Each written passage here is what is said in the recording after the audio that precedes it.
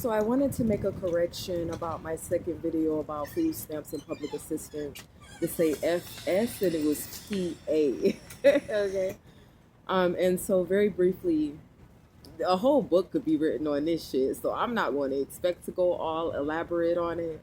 But the last point that I wanted to make is that I think bringing children into a food stamp office should qualify as child abuse.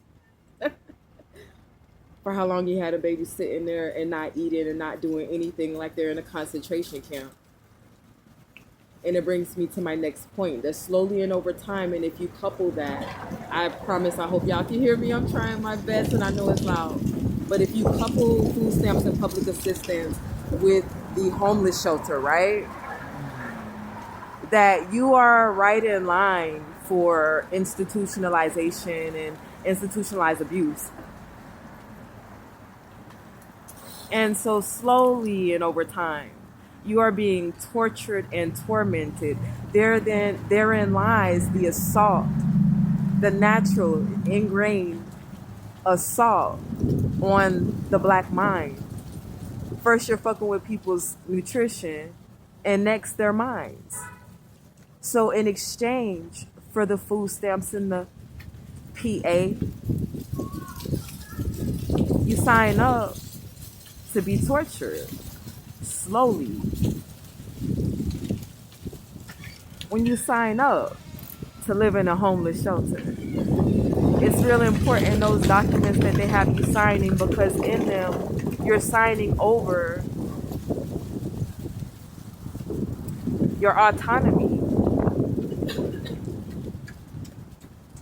your individuality. You're giving an entity outside of yourself, literally, when you sign on, the ability to override you in regards to your own self.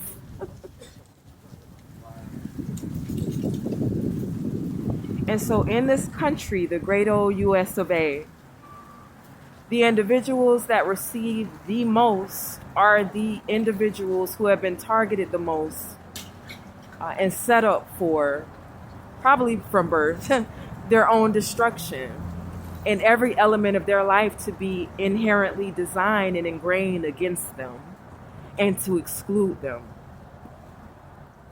by the system of white supremacy. You see, even in a lot of these videos, if you agree to not speak on certain things, you can get paid a lot of money, right? If you stick with the program. The moment you go against the grain, you're censored. Your videos won't get exposed to as many people in as many instances, and it will hinder your actual progression and growth to choose truth. That's what I'm choosing here today, above even the payday. And so when you couple FS with PA, and you're living in a SHELTER, you are state property. You are no longer a person, an individual, to make decisions over your own autonomy and life. You are a slave. You are owned.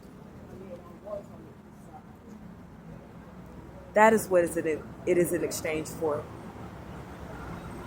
The quote unquote benefits. And it's harder to get them out of your life than ever it was to get in it. And your children are a form of commodity. This is why they are incentivized, whether you're married or not, because that is the generational wealth of these programs. It is indoctrinated and passed down. I will never forget those days, even with my own mother in those offices. I was traumatized, and they did oftentimes feel like a prison.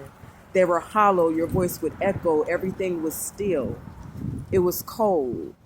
There was security, and when we would leave that place instead of my mother even emphasizing, don't you ever in your life end up with these people in your life. This is what this is. This is why this is in our lives right now, and I'm fighting hard to get it out. She just would say nothing.